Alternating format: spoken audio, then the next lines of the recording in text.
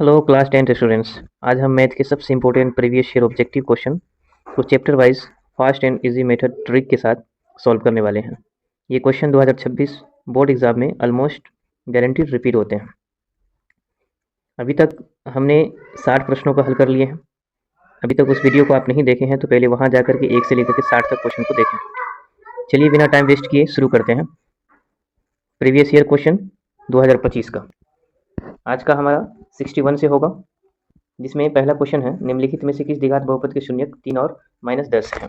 अब यहाँ पर देखेंगे द्विघात समीकरण का एक फॉर्मूला होता है x square minus alpha plus beta plus x plus alpha into beta. अब यहाँ पे अल्फा का मान दे रखा है, यहाँ बीटा का मान दे रखा है। ये अल्फा हो गया और ये बीटा हो गया। एक अल्फा का मान है, एक बीटा का मान दे रखा है। तो अब यहाँ पर हम डायरेक्ट फॉर्मूला पे रखते हैं, ये अल्फा है और ये बीटा है। तो यहाँ पे देखेंगे एक्स स्क्वायर सेम रहेगा, माइनस अल्फा का मान हो गया आपका 3, माइनस हो गया 10, फिर एक्स लगा दीजिए, प्लस से प्लस देंगे, यहाँ हो जाएगा 10 या 30, तो माइनस क्या हो जाएगा 30 हो जाएगा, अल्फा इंटू बीटा। अब यहाँ देखेंगे एक्स स्क्वायर रहेगा, 10 में से 3 गया तो माइनस का 7, माइनस माइनस प्लस हो जाएगा आपका 7x प्लस 7x और उसके बाद माइनस हो जाएगा 30। X square minus 7x minus 30 जिस ऑप्शन में दिख रहा है वो आपका सही होगा। तो ऑप्शन नंबर हमारा बी सही है, ऑप्शन नंबर बी हमारा करेक्ट होगा। अगला प्रश्न है यदि किसी द्विघात बहुपद के शून्यकों का योगफल 3 एवं उनके गुणनफल -2 हो तो वह द्विघात बहुपद होगा। अब यहाँ पर भी सेम फार्मूला हम लगाएंगे। वहाँ पर अल्फा और बीटा का मान दे रखा था, यहाँ पर अल्फा प्लस बीटा का मान दे रखा है बराबर 3, उसके बाद अल्फा इंटू बीटा का मान दे रखा है बराबर -2। फॉर्मूला वही रहेगा x square minus alpha plus beta x plus alpha into beta. ये फॉर्मूला आप लगाएंगे। अब यहाँ देखेंगे इस पे वैल्यू को रख दीजिए, अल्फा प्लस बीटा का मान दे रखा है, अल्फा इंटू बीटा का मान दे रखा है। अब सबसे आसान तरीका है कि कुछ भी आप याद नहीं रखना है, जब भी योग कहेगा तो अल्फा प्लस बीटा हो गया और गुणनफल हो गया alpha minus alpha into beta हो गया। फॉर्मूला बैठाएंगे तो एक्स स्क्वायर सेम हो जाएगा, अल्फा प्लस बीटा का मान हो गया आपका, अल्फा प्लस बीटा का मान हो गया माइनस का 3x हो जाएगा और आगे हो जाएगा प्लस माइनस माइनस हो जाएगा 2 हो जाएगा। तो फाइनल हो जाएगा आपका एक्स स्क्वायर माइनस का 3x माइनस का 2 हो जाएगा, जो ऑप्शन नंबर ए में हमारा दिख रहा है सही हो जाएगा। अगला प्रश्न है 63 नंबर में यदि पी ऑफ एक्स बराबर एक्स का पावर 4 माइनस का 2x क्यूब प्लस का 17x स्क्वायर माइनस का 4x plus 30 Q of x x plus 2 से भाग दिया जाता हो तो भागफल का घात बताइए। अब यहाँ पे बस एक ही चीज़ पर ध्यान देना और सेकंडों में आपका आंसर हो जाएगा। देखेंगे ये घात पूछ रहा है, पावर पूछ रहा है कि पावर क्या होगा इसका। पावर पूछ रहा है तो हमें कुछ नहीं करना है ज़्यादा, सिर्फ और सिर्फ इसको देखना कि भाग लगाना इससे। तो इसकी पहली वाली संख्या में हमको पहली वाली संख्या से भाग लगाना। पहली संख्या क्या है एक्स है, यहाँ पावर कितना है 4 है। अब बताइए कि 4 पावर में से एक चला जाएगा, भाग में पावर घटता है गुना में पावर जुड़ता है, तो ये भाग होगा तो 4 पावर ऊपर है, 1 पावर नीचे घट करके कितना हो जाएगा पावर 3 हो जाएगा। 3 ऑप्शन नंबर बी में है। अगला प्रश्न है x प्लस 2y प्लस 3 बराबर 0, 3x प्लस 6y प्लस 9 बराबर 0 के कितने हल होंगे। यहाँ पर एक थ्योरी ऑलमोस्ट याद आपको रखना पड़ेगा, इससे इस थ्योरी से आपको 2-3 सवाल ऑलमोस्ट पूछा जाता है। हम लिख देते हैं, पहला होता है a1 बटा होता है a2 बराबर होता है b1 बटा b2। अगर आप अभी तक नहीं थ्योरी लिखे हैं तो आप लिख लीजिए, नोट कर लीजिए कॉपी पर, इसको थोड़ा सा 1-2 मरतबा रिवाइज कर लीजिएगा ताकि आपको एग्जाम में आसानी हो। इस टाइप पर सवाल भी देता है और थ्योरी डायरेक्ट भी पूछ लेता है। जब तीनों आपस में बराबर हो तो इसका हल होगा संपाती होगा, संपाती होगा। अगर राइटिंग नहीं समझ में आ रहा है तो बोल करके हम बता रहे हैं, संपाती होगा, अनंत हल होगा, अनंत हल होगा, अनंत हल होगा, उसके बाद आपका संगत हल होगा, संगत हल होगा, संगत हल होगा और आश्रित होगा, आश्रित आश्रित होगा, आश्रित होगा। याद रखिए जब तीनों आपस में बराबर हो तो 3 होगा, एक संपाती होगा, अनंत हल होगा, समांतर होगा और आश्रित होगा। तो यहाँ पर देखेंगे सवाल हमारा क्या दे रखा है, ये एक थ्योरी हो गया। उसके बाद दूसरा देखेंगे, इसका दूसरा में कहा गया है, दूसरा में है ये a1 बटा a2 does not equal to b1 बटा b2 does not equal to c1 बटा c2, यानी कोई किसी के बराबर नहीं हो, ना a1 a2 के बराबर, a1 a2 b1 b2 के बराबर नहीं होगा और ना ही c1 c2 के बराबर होगा, कोई किसी के बराबर नहीं होगा। तब हम क्या करेंगे, यहाँ पर 3 यहाँ पर बनेगा, एक प्रतिच्छेदी होगा, प्रतिच्छेदी रेखा होगा, प्रतिच्छेदी रेखा होगा, प्रतिच्छेदी होगा और दूसरा केवल एक हल होगा, केवल एक हल होगा, केवल एक हल होगा, केवल एक हल होगा और इसका तीसरा है हमारा संगत होगा, संगत होगा। तो क्या बोले, प्रतिच्छेदी रेखा होगा, केवल एक हल होगा और संगत होगा, प्रतिच्छेदी होगा, केवल एक हल होगा और संगत होगा। बार बार रिवाइज इसलिए करा रहे हैं ताकि आपको याद हो जाए। अब तीसरा हमारा पॉइंट है, तीसरा पॉइंट है जब a1 बटा a2 बराबर b1 बटा b2 does not equal to c1 बटा c2, यानी कि दो तो बराबर हो लेकिन तीसरा बराबर नहीं हो, तब यहाँ पर हमें 3 पॉइंट होगा, 3 नहीं 4 पॉइंट होगा। यहाँ एक समांतर होगा, समांतर हल होगा, इसका समांतर हल होगा पहला में, दूसरा में कोई हल नहीं होगा, कोई हल नहीं होगा, उसके बाद तीसरा में और संगत होगा, और संगत होगा, और चौथा में विरोधी होगा, विरोधी होगा, विरोधी होगा। अभी हम 3 पॉइंट देखें। 3 पॉइंट में पहला बोले, जब तीनों आपस में बराबर हो, A1/A2 बराबर B1/B2 बराबर C1/C2, संपाती होगा, अनंत हल होगा, संगत होगा और आश्रित होगा। जब A1/A2 does not equal to B1/B2 does not equal to C1/C2, कोई किसी के बराबर नहीं होगा, तो प्रतिच्छेदीय रेखा होगा, अद्वितीय हल होगा, केवल एक हल होगा और संगत होगा। जब दो बराबर हो, A1/A2 बराबर B1/B2 does not equal to C1/C2, तो समांतर होगा, कोई हल नहीं होगा, संगत होगा और विरोधी होगा। अब यहाँ पर हम एक चीज़ और देखेंगे इसमें, जब ग्राफ में हमें पूछा जाएगा, तो जब सबके बराबर होगा, तो यहाँ पर ओवरलैपिंग का केस आएगा, ओवरलैपिंग का, यानी कि ग्राफ इस तरह से चलेगा, इसी के ऊपर से ग्राफ चलेगा, तो ये क्या हो जाएगा, तीनों आपस में बराबर होता है, तीनों आपस में बराबर होता है। एक चलता है ऐसे क्रॉसिंग, इसको प्रतिच्छेदी रेखा कहते हैं, ये प्रतिच्छेद कर रहा है, ये प्रतिच्छेदी होगा। तीसरा में समांतर, समांतर का मतलब ये रेखा आपस में कभी नहीं मिलता है, चलते रहेगा, कभी नहीं मिलेगा। ये 3 रीजन बनता है, एक ओवरलैपिंग का, एक हो गया प्रतिच्छेदी का, एक हो गया समांतर का, यही तीनों रेखा पर चलता है। अब हमारा सवाल है, इसी के ऊपर आधारित सवाल है, 1/, ये 1 है, 1/, हो जाएगा 2 बराबर, ये 2/6 है, तो 2 एकम 2, 3 दूना 6, 3 हो जाएगा यहाँ पर 1/3, उसके बाद हो जाएगा 2/6, इसको काटेंगे तो कितना हो जाएगा 1/3, यहाँ भी हो जाएगा, और यहाँ पे 3 है, यहाँ पे 9 है, इसको भी काटेंगे तो कितना हो जाएगा, बराबर 1/3 हो जाएगा। जब सबके बराबर हो, तो संपाती, अनंत हल, संगत हल, अद्वितीय, ये 4 चीज़ बताए थे। 4 में से यहाँ देखिए क्या दे रखा हो, वही इसका सही आंसर हो जाएगा। तो यहाँ पर दे रखा है अनंत हल होगा, यानी कि अनगिनत हल होगा, जिसका सी आंसर होगा। उम्मीद करते हैं कि थ्योरी आपको समझ में आया होगा। अगला प्रश्न हमारा है, दो रैखिक समीकरणों के रेखा चित्र यदि समांतर हो तो हलों की संख्या कितनी होगी। अब यहाँ पर देखिए समांतर की केस कहा गया, समांतर, ये रेखा पर आया, रेखा चित्र है ना, दो समांतर रेखाएं, इस तरह से बनता है समांतर रेखाएं, समांतर रेखाओं में दो समांतर रेखा, तो इसकी हल की संख्या कितनी होगी, क्या बताए थे इसमें, जब समांतर होगा, इस तरह की रेखा बनेगा तो समांतर होगा, कोई हल नहीं होगा, असंगत होगा और विरोधी होगा। इसमें क्या हो जाएगा आपका, इसमें आपका हो जाएगा डी नंबर, इनमें से कोई नहीं होगा, क्योंकि यहाँ पर समांतर होता है या फिर कोई हल नहीं होता, असंगत होता है या विरोधी होता है, इसलिए इसमें कोई हल नहीं होगा। इस वाले केस में 3 रीजन होता है। अगला प्रश्न हमारा है, रैखिक समीकरण युग्म 5x माइनस का 4y प्लस 8 बराबर 0, 7x प्लस 6y माइनस 9 बराबर 0 है। अब यहाँ देखेंगे कि यहाँ भी हम क्या करेंगे, ये इसको इसके बट्टा में डालेंगे, इसको इसके बट्टा में डालेंगे तो क्या बनेगा, ये 5/7, तो ये हो जाएगा 5/7, ये किसी के बराबर नहीं है, does not equal to, minus का 4 बट्टा हो जाएगा आपका 6, फिर अगला भी बराबर नहीं है, तो ये 8 बट्टा हो जाएगा, माइनस का 9 हो जाएगा। अब यहाँ देखिए कोई किसी के बराबर नहीं है, जब कोई किसी के बराबर नहीं हो तो आपको क्या केस बताए थे, प्रतिच्छेदी होगा, अद्वितीय होगा, केवल एक हल होगा और संगत होगा। तो यहाँ पर उन तीनों में से कोई नहीं दे रखा है, लेकिन एक दे रखा है संगत होगा, यहाँ पे इसका सही आंसर हो जाएगा ये। अगला प्रश्न है, यदि द्विघात समीकरण 3x² माइनस 5x प्लस 2 बराबर 0 के मूल अल्फा और बीटा हो तो alpha square plus beta square का मान क्या होगा।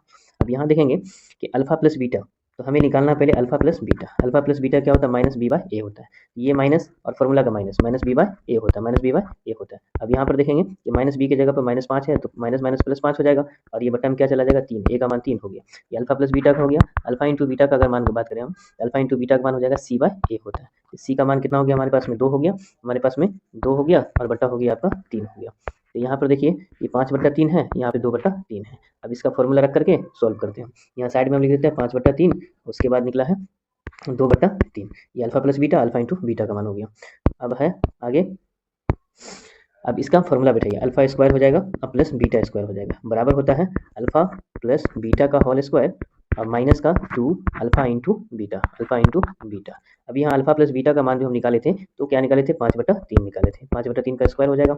उसके बाद हो जाएगा यहाँ पर माइनस 2 गुने अल्फा इंटू बीटा का मान निकाले थे 2/3 निकाले थे। अब यहाँ देखिए 5 का स्क्वायर 25 हो जाएगा, 5 का स्क्वायर 25 हो जाएगा और 3 का स्क्वायर 9 हो जाएगा। आगे है 2 दूना 4, तो क्या हो जाएगा माइनस का 4 बट्टा हो जाएगा आपका, माइनस का 4 बट्टा हो जाएगा, ये 25/9 था, उसके बाद माइनस का 4 बट्टा कितना था 2 था, 3 था। अब इसको हम एलसीएम निकालेंगे तो 9 हो जाएगा, और 9 हो जाएगा तो यहाँ हो जाएगा 25, और यहाँ हो जाएगा आपका 9 4 2/3 था, तो यहाँ हो जाएगा आपका कितना, 1 minute sorry, alpha plus beta बराबर था हमारे पास में मान 5/3, उसके बाद अल्फा इंटू बीटा का मान था हमारे पास में, अल्फा इंटू बीटा का सी बाई 2/3 था, 2/3 था। फॉर्मूला भी दिए थे हम अल्फा प्लस बीटा, ये हो गया 5/3 यानी कि 25 बट्टा हो गया 9, फिर बीच में माइनस हो जाएगा, और 2 दूना 4 हो जाएगा, बट्टा कितना हो जाएगा, बट्टा हो जाएगा आपका 3 हो जाएगा। एलसीएम निकालेंगे तो 9 एलसीएम हो जाएगा, और यहाँ पर हो जाएगा 25 और माइनस हो जाएगा 4 तिया 12 हो जाएगा। जब इसमें से इसको घटाएंगे तो 25 में से 12 जाएगा तो यहाँ हो जाएगा 3 और 1, 13 बट्टा हो जाएगा 3, 13/3 हो जाएगा, 13/3।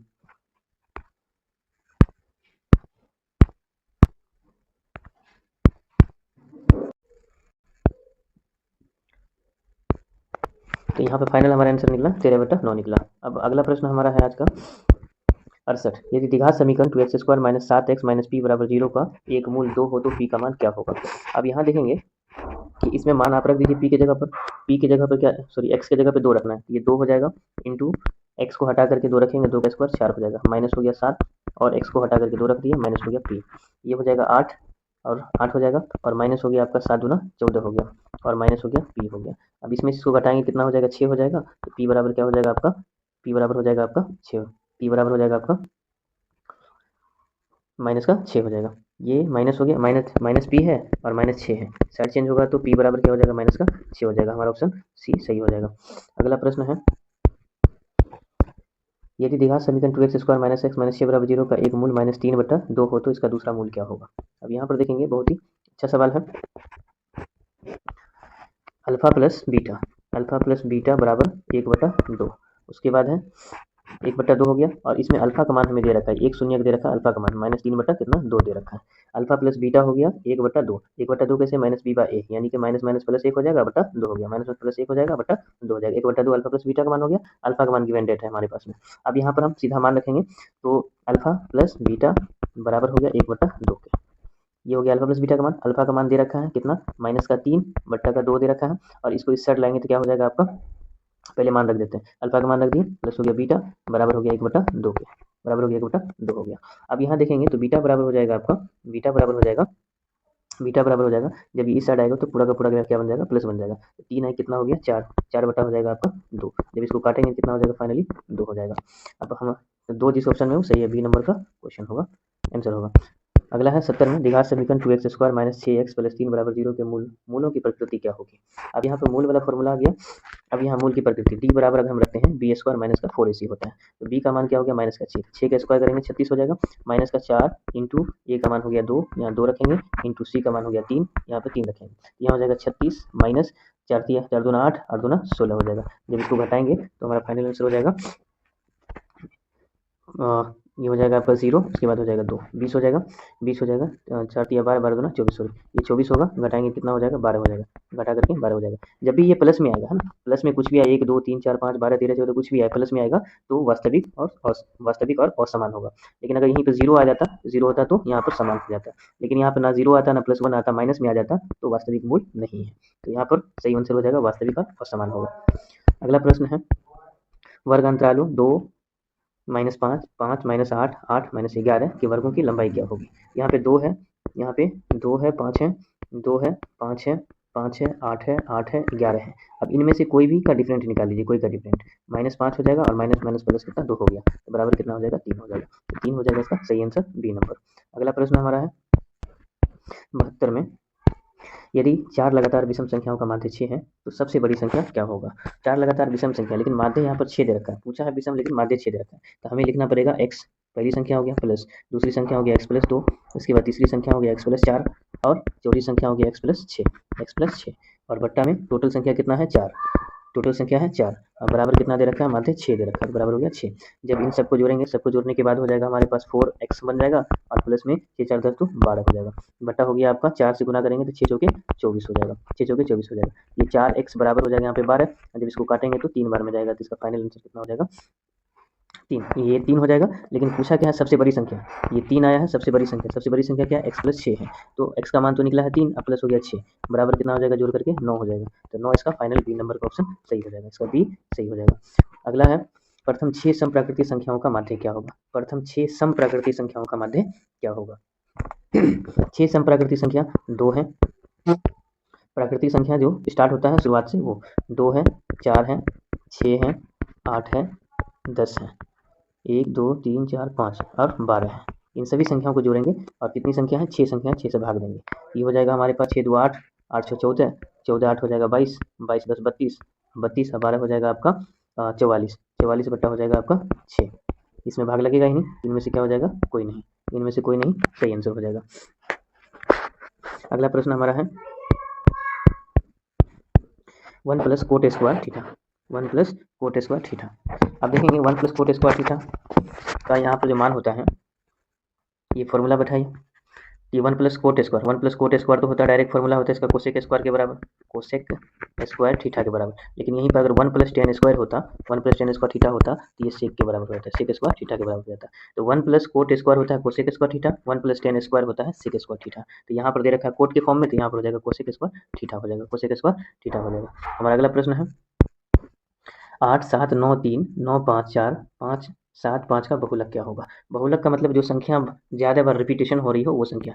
5 कितनी मरतबा है, 5 को पहले पकड़ते हैं, 5 एक है, 2 है, 3 है, बाकी संख्या 7 2 मरतबा है, उसके बाद 9 2 मरतबा है, 3 1 मरतबा है, 4 1 मरतबा है, 4 1 मरतबा है, उसके बाद 8 भी 1 मरतबा है। तो ज़्यादा से ज़्यादा क्या संख्या है, 5 है, तो 5 इसका सही आंसर हो जाएगा। बहुलक का मतलब जो संख्या ज़्यादा बार रिपीट हो रहा हो वही बहुलक कहलाता है। यदि P of E probability of E बराबर 0.02 तो प्रोबेबिलिटी ऑफ ई नहीं का बराबर होगा। तो यहाँ पर देखेंगे कि जब भी इस तरह से सवाल दिया रहेगा तो सिंपल है यहाँ पर 1 minus probability of E, probability of E. तो 1 में से हम घटाएंगे, 1 में से घटाएंगे 0.02 को, 0.02 को घटाएंगे, ये हो जाएगा आपका 8 9.0। ये हमारा सी सही आंसर हो जाएगा।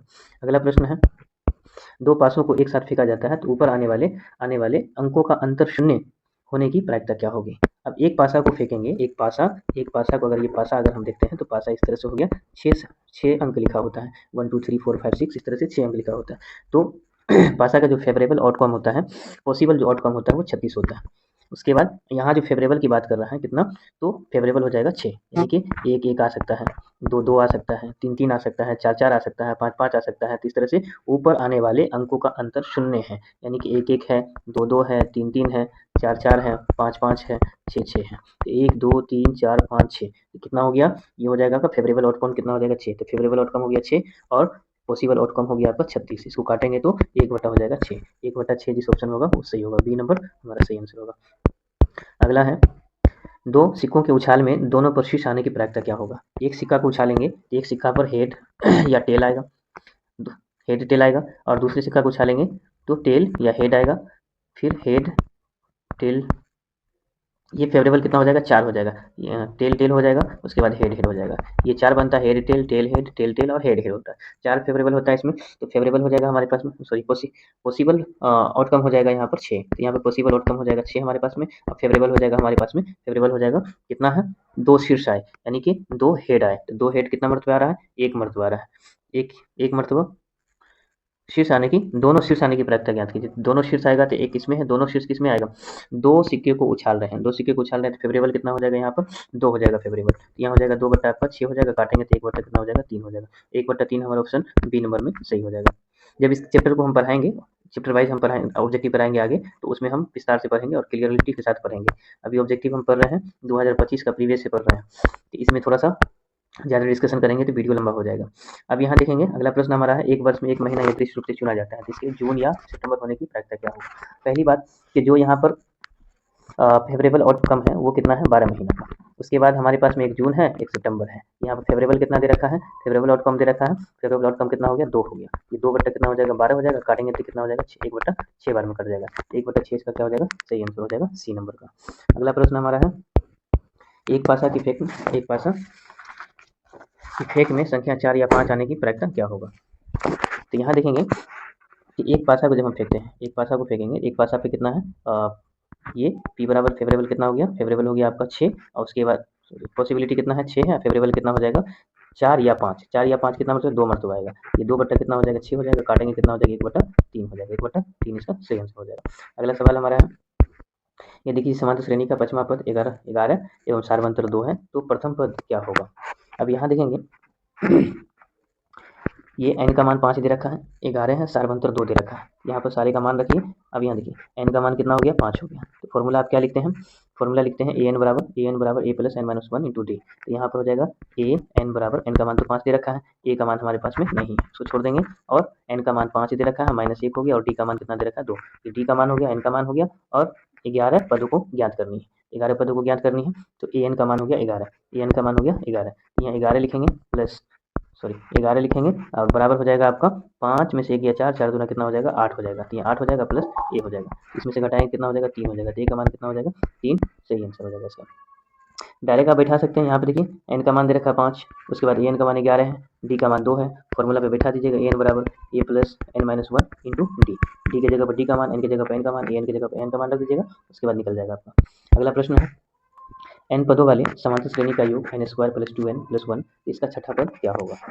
यहाँ पर छठा पद क्या होगा, यहाँ पे देखेंगे योग पूछा है, योग पूछा है तो एस एन वाला फॉर्मूला होगा। तो एस बराबर हो जाएगा, यहाँ पर दे रखा है मुझे एस का मान, एस एन बराबर दे रखा है कितना, एन स्क्वायर है प्लस का 2n है और प्लस का 1 है। 6 दे रखा है, अब एन की जगह पर 6 रखिए, यहाँ 6 रखेंगे तो 6 का स्क्वायर 36 हो जाएगा और प्लस हो जाएगा 2 गुने 6, 6 दूना 12 हो जाएगा प्लस 1 हो जाएगा, ये फाइनल हो जाएगा कितना 49 हो जाएगा जोड़ करके। उसके बाद दूसरा फिर से दूसरा बार रखेंगे, ये कितना रखें हम 6 रखें, 6 पद रखें कितना आया 49 आया है। उसके बाद लिखेंगे ये 5 का स्क्वायर हो जाएगा, 5 का स्क्वायर हो जाएगा और प्लस हो जाएगा आपका 49 हो गया। उसके बाद हो जाएगा आपका छठा पद पूछ रहा है तो 49 और उसके बाद हो जाएगा माइनस का 36, माइनस का 36 हो जाएगा, घटाएंगे कितना हो जाएगा यहाँ पर 3 हो जाएगा और उसके बाद 1 हो जाएगा 13 हो जाएगा। तो 13 हो गया, ये 13 निकला है ये। उसके बाद हमें ज्ञात क्या करनी है, इनमें से कोई नहीं होगा, ऑप्शन इसमें से कोई नहीं होगा, ऑप्शन इनमें से कोई नहीं होगा। क्या बोले इसमें करना क्या है, इसमें मान दे रखा है इसका, तो यहाँ पर 6 सिक्स टर्म ज्ञात करना है, तो 5 और 6 को 2 मरतबा यहाँ पे रखना है बस। यहाँ पर 6 का स्क्वायर 36 करेंगे और यहाँ पर हो जाएगा आपका 6 दूना 12 हो जाएगा, 1 हो जाएगा तो 49 हो जाएगा और माइनस हो गया आपका 5 का स्क्वायर 25 हो गया, 10 हो गया 25, 10 हो गया आपका 25 का 10 हो गया और 1 हो गया, तो टोटल जोड़ के कितना हो गया 36 हो गया, 35 1 36 हो गया। इसको जब घटाएंगे कितना हो जाएगा 13 हो जाएगा। तो 13 इसमें कोई ऑप्शन में नहीं दिख रहा है तो हमारा डी सही हो जाएगा। अगला प्रश्न है निम्नलिखित में से कौन समांतर श्रेणी में है। समांतर श्रेणी में है तो यहाँ पर हमें चेक करने के लिए A1 A2 माइनस A1 करना होता है, A3 माइनस का A2 करना होता है, उसके बाद A4 माइनस का A3 करना होता है। ये 3 कम से कम मिलना चाहिए, अगर 3 मिल जाता हो तो वो AP में होगा। अब यहाँ पर देखेंगे कि पहले इन दोनों का डिफरेंट सेम होना चाहिए, जितना का भी डिफरेंट निकालेंगे वो सबका सब सेम होना चाहिए। अगर यहाँ डिफरेंट करेंगे तो 6 का, यहाँ से डिफरेंट करेंगे तो हो जाएगा 2 का, यहाँ से डिफरेंट करेंगे तो हो जाएगा 7 का, तो यहाँ पर ये AP में नहीं है। उसके बाद ये स्क्वायर में है तो स्क्वायर से कभी पावर घटता ही नहीं, तो ये भी नहीं होगा। यहाँ देखेंगे तो 2 का स्क्वायर 4 हो गया, यहाँ 16 हो गया, यहाँ 36 हो गया, कभी भी ये डिफरेंट सेम नहीं हो सकता, तो ये भी नहीं होगा। तो हमारा ऑप्शन क्या होगा, सही हो जाएगा। ये देखिए 2x में से 1 जाएगा तो 1 बचेगा, फिर 3x में से 2 जाएगा तो 1 बचेगा, फिर 4 में से 3 जाएगा तो 1 बचेगा, यानी कि ये क्या है, सही है। तो हमारा ऑप्शन हो जाएगा सी सही। निम्नलिखित में कौन समांतर श्रेणी में नहीं है। अब यहाँ पर वहाँ पर समांतर श्रेणी में है और यहाँ पे पूछा है नहीं है। अब यहाँ पर हमें नहीं वाले को एलिमिनेट करना है कि कौन नहीं होगा, तो हमें देखने से पता चलता है कि इन दोनों का अंतर, इसमें जो अंतर है इसमें अंतर 1 का अंतर है तो सही है, ये समांतर श्रेणी में AP में है। ये भी देखेंगे अंतर 3 का जा रहा है तो ये भी AP में है, ये भी अंतर 2 का जा रहा है ये भी AP में है, तो हमारा ऑप्शन कौन सा होगा, सही होगा डी, जो AP में नहीं है। डी नंबर ऑप्शन हो जाएगा जो नहीं है। अगला प्रश्न है समांतर श्रेणी 1 4 7 10 के प्रथम 20 पदों का योगफल ज्ञात करना है। अब यहाँ 20 पदों का योग ज्ञात करना, तो योग वाला फॉर्मूला को लगाएंगे, तो ये क्या है, पदों की संख्या, n का मान 20 दे रखा है, n का मान 20 दे रखा है, तो s बराबर हो जाएगा a plus n minus n/2, उसके बाद हो जाएगा 2a plus n minus 1 into D. अब इस पर बैठाएंगे तो ये s बराबर n का मान 20 दे रखा है, 20 रखेंगे, बटा हो जाएगा 2, उसके बाद हो जाएगा यहाँ पर a का मान हो जाएगा 1, ए का मान हो गया 1, तो 1 को 2 से गुना करेंगे 2 हो जाएगा, प्लस एन का मान हो गया 20, एन का मान 20 है और डी का मान यहाँ से एन का मान 20 है, 20 में से एक जाएगा तो 19 हो जाएगा, 19 हो जाएगा और यहाँ पर डी का मान देखेंगे तो 3 हो जाएगा, 3 हो जाएगा, 3 को गुना करेंगे इससे तो हो जाएगा आपका फाइनली ये काट करके हो जाएगा 10, 10 हो जाएगा। उसके बाद हो जाएगा 10 और यहाँ पे 2 है, 2 लिखेंगे, प्लस है प्लस देंगे और उसके बाद यहाँ पर हो गया आपका 19, 19 को 3 से 19 दिया 57 हो जाएगा, 57 हो जाएगा, 57 हो जाएगा, तो हो गया 10 हो गया, फिर 2 हो गया, प्लस 19 दिया 57 हो गया, ये हो गया एस बराबर। अब यहाँ पर देखेंगे तो एस बराबर हो जाएगा 57 2 कितना हो जाएगा 49 हो जाएगा, 49 को 10 से गुना करेंगे तो 400 कितना हो जाएगा 50 हो जाएगा, तो 450 हो जाएगा, सॉरी 550 हो जाएगा। तो 550 हमारा किस ऑप्शन में है, क्या कर दिया,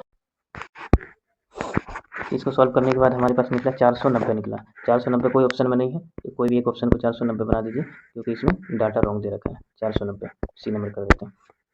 योग वाले फॉर्मूला को बैठाइएगा, आप आसानी से निकाल सकते हैं इसको। अगला सवाल है निम्नलिखित का मान 1 के बराबर होता है। अब प्रत्येक में वैल्यू रखना होगा आपको मान सारणी से, उसके बाद क्या होगा यहाँ देखेंगे, अगर मान हम रखने जाते हैं इसमें मान रखते हैं तो हो जाएगा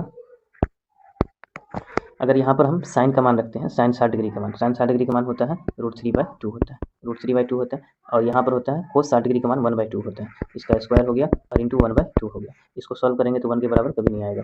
उसके बाद यहाँ देखेंगे 90 डिग्री एक जीरो होता है, ये जीरो बना देगा। उसके बाद यहाँ देखेंगे साइन 45 डिग्री है और कोस 45 डिग्री है, दोनों आपस में काट देगा तो कितना हो जाएगा, 1 हो जाएगा। तो यहाँ पर जो हमारा सही आंसर हो जाएगा ये डी नंबर सही हो जाएगा। इसको सॉल्व करेंगे आगे त्रिकोणमिति का जब चैप्टर में हम पढ़ाएंगे तो। आगे देखेंगे 87 नंबर में हमारा है कोस स्क्वायर ए 1 प्लस टेन स्क्वायर ए का मान क्या होगा।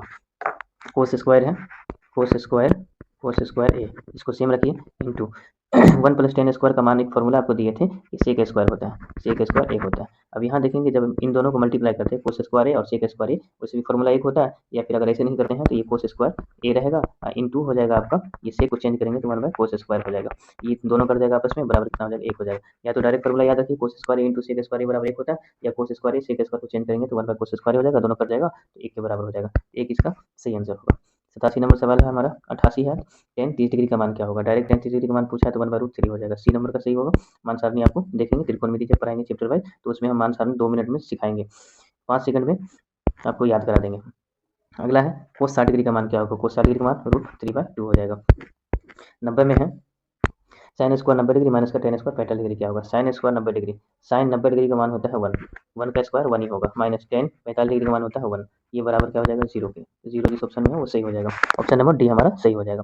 अगला है 91 में निम्नलिखित में कौन सा भिन्न दशमलव प्रसार शांत होगा। अब यहाँ पर शांत अशांत में क्या बताए थे, जब 2 का पावर n हो या 5 का पावर m हो, ये दोनों ही हालत में हो सकता है, या तो 2 का पावर n हो या 5 का पावर m हो या 2 5 दोनों है तो वो शांत होगा। अब यहाँ पे देखेंगे इसमें 3 है, ये नहीं हो सकता।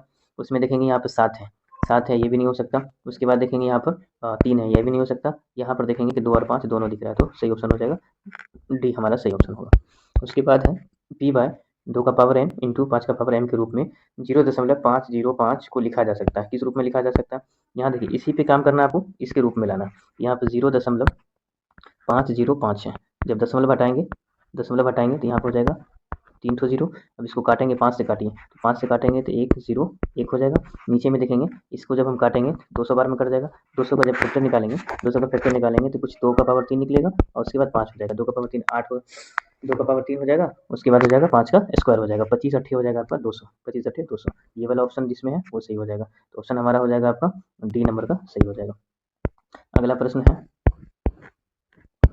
यदि भाग एल्गोरिथम a बराबर bq प्लस r में b बराबर 4 है, q बराबर 5 है, r बराबर 1 है तो a का मान क्या होगा। अब यहाँ देखेंगे इसमें मान रख दीजिए। यहाँ b का मान दे रखा है तो a सेम रहेगा, बराबर b का मान कितना दे रखा है, b का मान है 4, q का मान कितना है, q का मान है 5 और r का मान कितना है 1 है। 5 चौके 20 1 21, 21 इसका क्या हो जाएगा सही आंसर हो जाएगा। b का मान दे रखा है, q का मान दे रखा है, r का मान दे रखा है, इसमें मान पुट करके सॉल्व कर लीजिए। उसके बाद अगला है 94 नंबर में 2x स्क्वायर माइनस का 4x माइनस का 6 शून्य क्या होगा। शून्य निकालने के लिए हम उतना ज़्यादा डिटेल्स में नहीं जाएंगे, सिंपल यहाँ पर देखेंगे कि इसका फैक्टर करेंगे। इसको a गुने c करते हैं, 6 गुना कितना होता है 12 होता है, माइनस का 12। जब फैक्टर निकालेंगे तो 2 हो जाएगा। उसके बाद फिर 2 हो जाएगा, फिर कितना हो जाएगा 3 हो जाएगा, 2 गुना 4 4 12 हो जाएगा। हमें सेट इस तरह से करना है कि माइनस का 4 आए, गुना करने के बाद माइनस, जोड़ने घटाने के बाद माइनस 4 आए, गुना करने के बाद माइनस का 12 पूरे। तो यहाँ पर 3 दूना 6 और 2 का ले सकते हैं, तो माइनस का 6 रखना पड़ेगा और प्लस का 2 रखना पड़ेगा। जब गुना करेंगे तो माइनस 12 हो जाएगा और जब इसको घटाएंगे तो माइनस का 4 हो जाएगा। अब यहाँ देखेंगे ये हो गया माइनस का 6 और ये हो गया प्लस का 2 हो गया। और यहाँ पर जो संख्या है अगर है तो डालेंगे, नहीं है तो नहीं डालेंगे। तो यहाँ पर भाग दे दिए। अब इसको काटेंगे तो ये 3 बार में जाएगा माइनस का 3 और इसको काटेंगे तो हो जाएगा प्लस का 1। जब ये हुआ तो इसका सिंबल हम चेंज कर लेंगे, तो सिंबल चेंज करेंगे तो ये 3 हो जाएगा, उसके बाद माइनस का 1 हो जाएगा। अपोजिट कर लेंगे सिंबल, जो आएगा अपोजिट करके वही 3 माइनस 1 जिस ऑप्शन में है वो सही हो जाएगा। 3 माइनस 1 3 है और माइनस 1 बी नंबर का ऑप्शन हमारा सही दिख रहा है, बी में सही हो जाएगा।